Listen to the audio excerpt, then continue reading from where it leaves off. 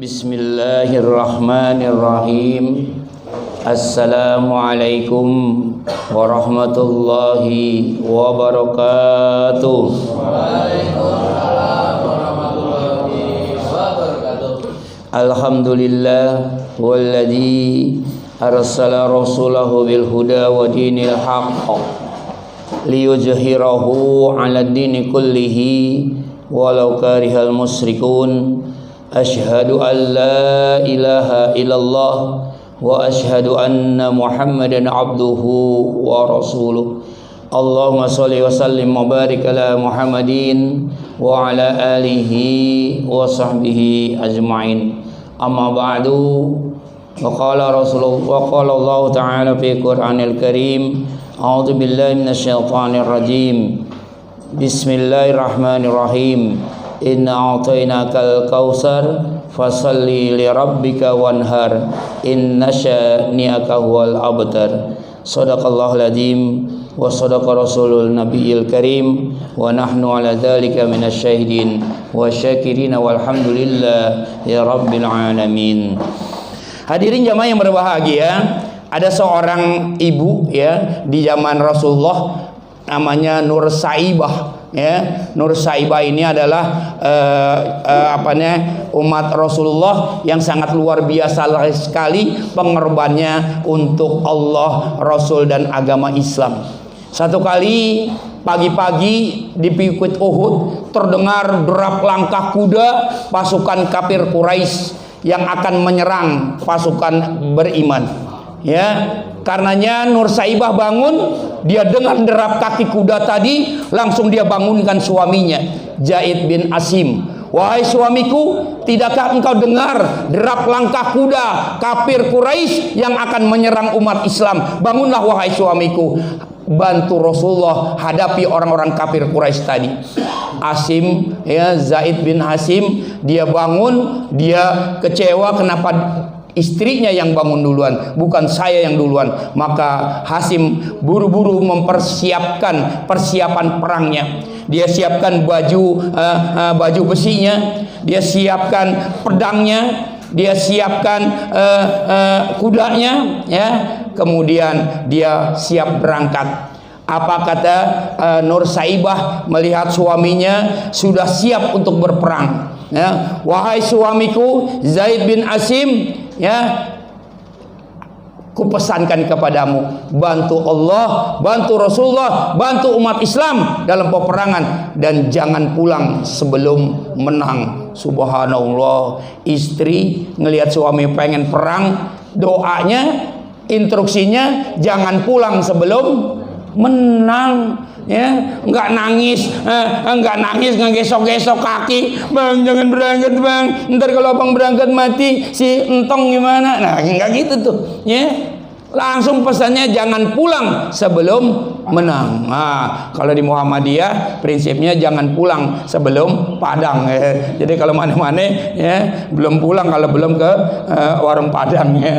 Nah, kalau ini Nur Saibah mesan kepada suaminya, jangan pulang sebelum menang. Masya Allah, hati suami mana yang tidak lega mendengar keikhlasan daripada istrinya melepas dia berperang. Maka berangkatlah si Zaid bin apa tadi? Ya, saya pura-pura lupa dulu.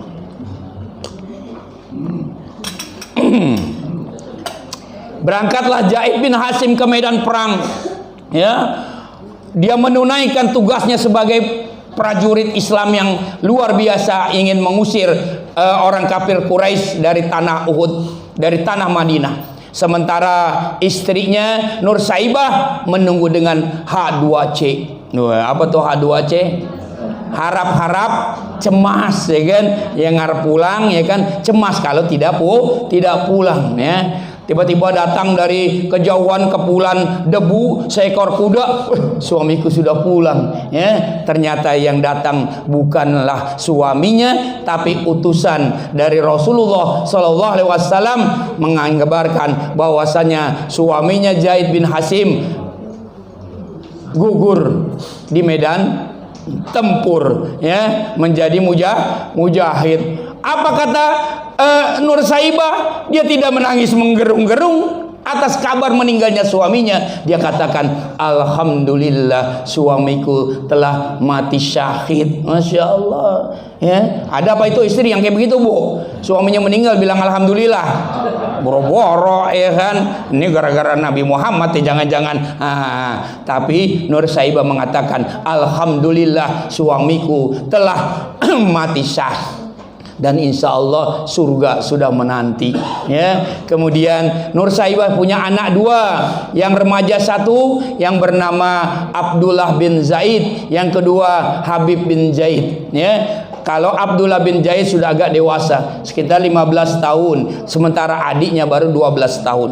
Kemudian ada di situ Abdullah mendengarkan kabar bahwasanya ayahnya meninggal. Kemudian dia menatap wajah ibunya. Apa kata Abdullah? Ibu, Umi, izinkan aku menggantikan ayahanda untuk membantu Rasulullah Shallallahu Alaihi Wasallam mengusir orang-orang kafir Quraisy dari tanah Madinah. Kau berani anakku? Saya siap, Bu. Saya siap pasda bima tu'mar. Apa tuh? Maju tak gentar, ya kan? Ini anaknya didikan daripada Zaid bin Hashim atau anaknya Nusaibah. Maka berangkatlah Abdullah bin anaknya si Nur Saibah menuju kepada Rasulullah. Ya Rasulullah, saya Abdullah bin Zaid, ya, saya akan menggantikan ayah yang sudah gugur. Tersenyum Rasulullah melihat Abdullah sudah berpakaian seperti itu. Ya, kau masih remaja nak, apakah kamu udah masih berani? Siap ya Rasulullah. Maka bertempurlah si Abdullah bin Zaid tadi dalam rangka menggantikan posisi ayahnya. Banyak kafir Quraisy mati di tangannya. Karena apa? Kehebatannya memegang senjata tadi dan kehebatannya menunggangi kuda. Ya, banyak terbirit-birit orang-orang kafir Quraisy yang disabet pedang oleh Abdullah bin Zaid. Bagaimana dengan Nusaibah? Nusaibah nunggu di rumah dengan apa nih?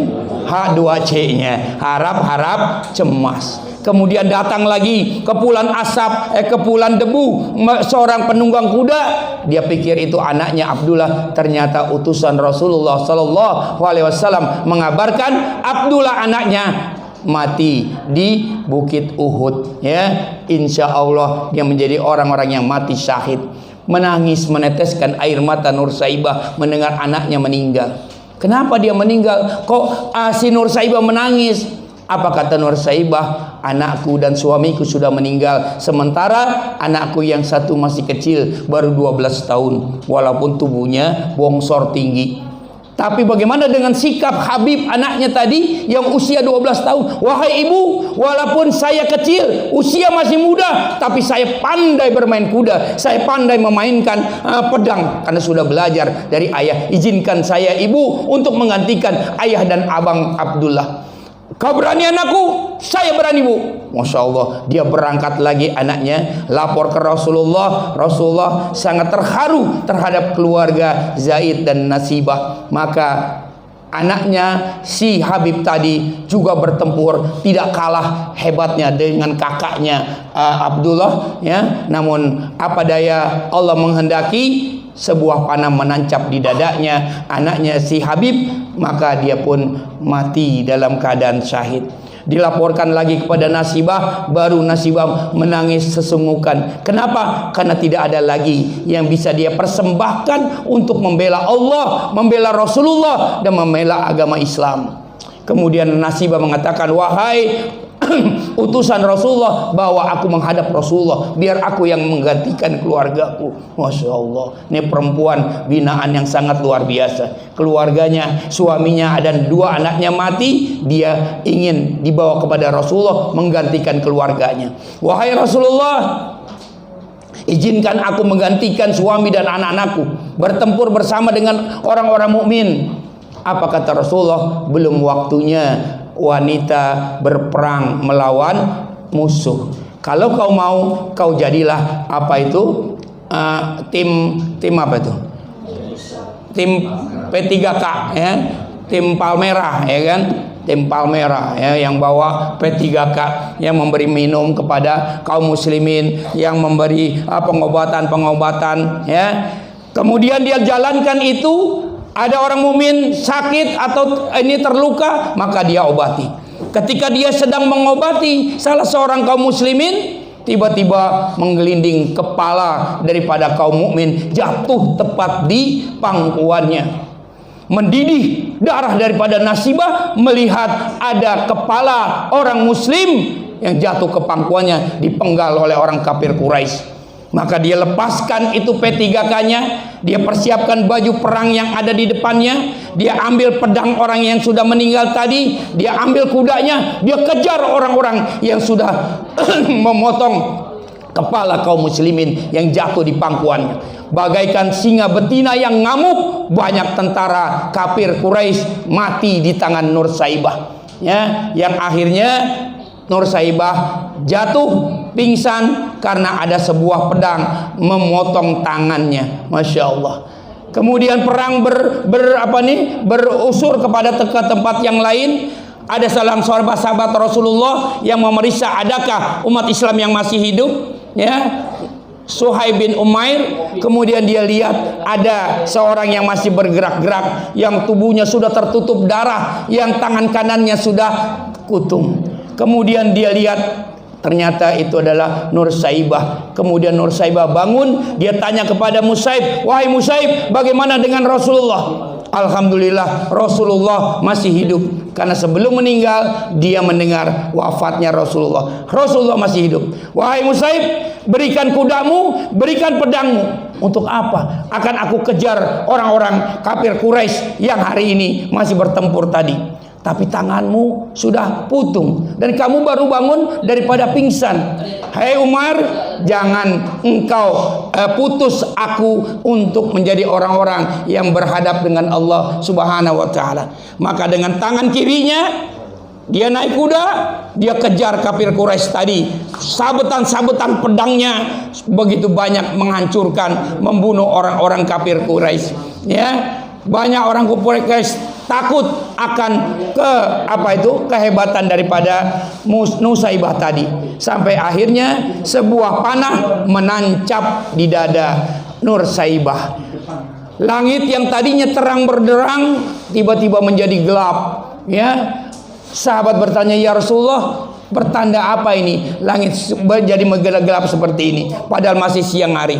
Itu karena ribuan malaikat sayapnya menutupi matahari menyambut arwah daripada Nusaibah bin Ka'ab. Masya Allah. Bapak Ibu dan sekalian, ini adalah sekelumit cerita daripada Nusaibah yang hidupnya ingin menolong agama Allah, ingin menolong Allah dan Rasulnya. Dia korbankan hartanya, dia korbankan keluarganya, bukan cuma itu, dia korbankan dirinya dalam rangka li'ila'i kalimatillah. Demikian Bapak Ibu dan sekalian, tausiah singkat pada kesempatan kali ini. Terima kasih atas segala perhatian, mohon maaf atas segala kekurangan. Subhanakallahumma wa bihamdika asyhadu an la ilaha illa anta astaghfiruka wa atubu ilaik. Billahi taufiq wal hidayah. Assalamualaikum warahmatullahi wabarakatuh.